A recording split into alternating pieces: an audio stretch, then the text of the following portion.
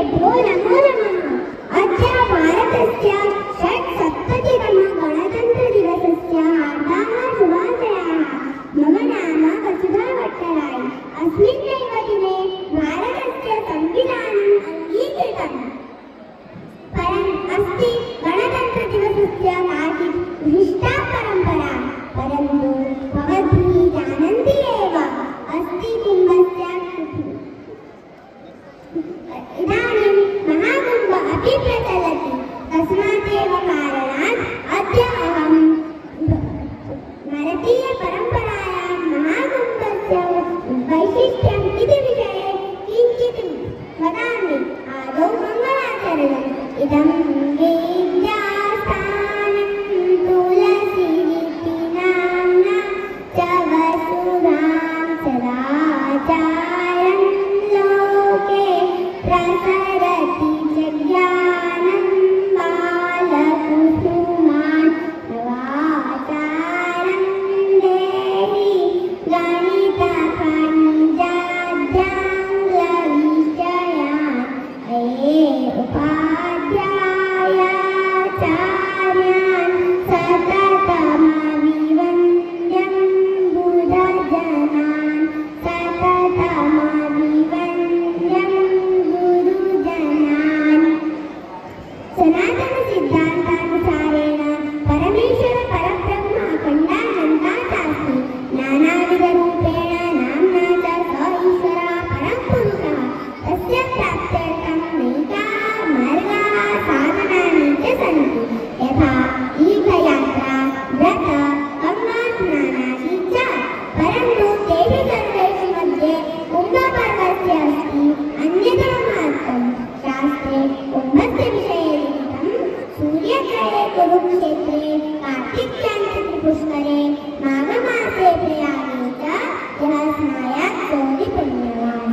अस्य भावमस्ति सूर्यग्रहणे कुरुक्षेत्रे ब्रह्मसरोवरस्नानस्य तथा च कार्तिकमासे त्रिपुष्करस्नानस्य यत् फलं भवति ततोपि श्रेष्ठफलदायी स्नानमस्ति माघमासे प्रयागक्षेत्रे घृतस्नानस्य। पुनः लिखितमस्ति सहस्रे कार्तिके स्नानं, माघे स्नानशतानि च, वैशाखे नर्मदा स्नानं, कुम्भस्नानेन तत्फलम्। अस्य भावमस्ति सहस्रकार्तिकस्नानस्य यत् फलं भवति तथा च शतमाघस्नानस्य यत् फलमस्ति तथैव वैशाखमासे नर्मदास्नानस्य यत् फलमस्ति तत्फलं वारमेकं कुम्भस्नानेन प्राप्यते। अत एव अस्ति कुम्भस्य किमपि वैशिष्ट्यं। न केवलं भारतीयाः अपि तु वैदेशिकाः अपि कुम्भस्य विषये सोत्साहं ज्ञातुमिच्छन्ति। अत एव विश्वस्य बहुषु देशेषु जनाः अत्र समायान्ति। प्रियः आचार्याः, भवद्भिः जानन्ति कुम्भशब्दस्य किमस्ति अर्थम्?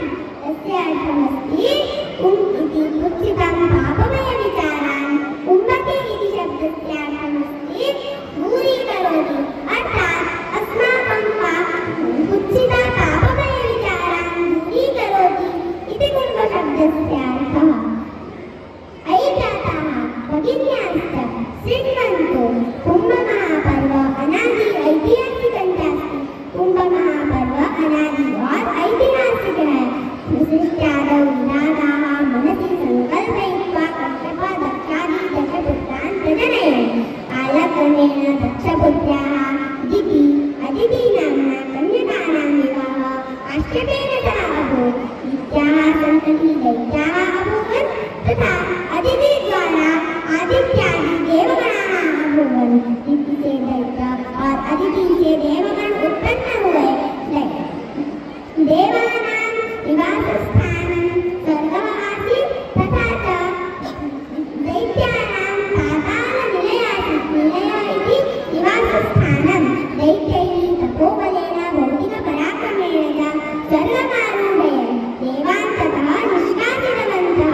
तदा देवाः विष्णुसमीपं गत्वा ऐतिह्यं प्रकटितवान्। ऐतिह्यं श्रुत्वा विष्णुना देवाः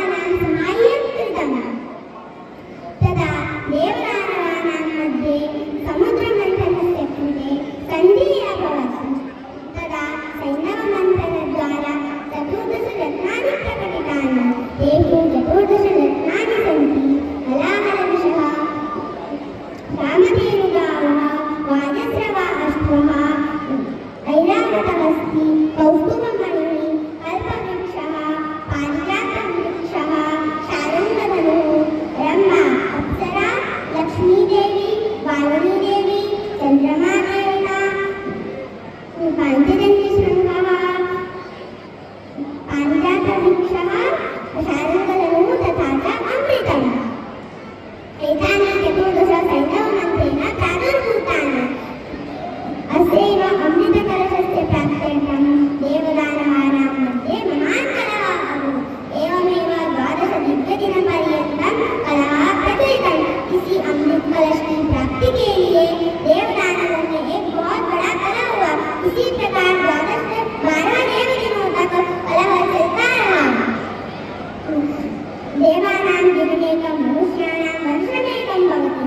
देवताओं का एक दिन, मनुष्यों का वर्ष एक वर्ष होता है।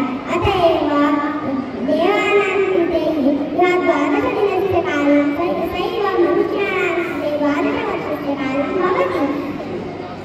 अतएव प्रति 12 वर्षानन्तरं ब्रह्मपर्वस्य आयोजनं भारते भवति। देवताओं का 12 दिन का काल जो है, वही मनुष्यों के लिए 12 वर्ष का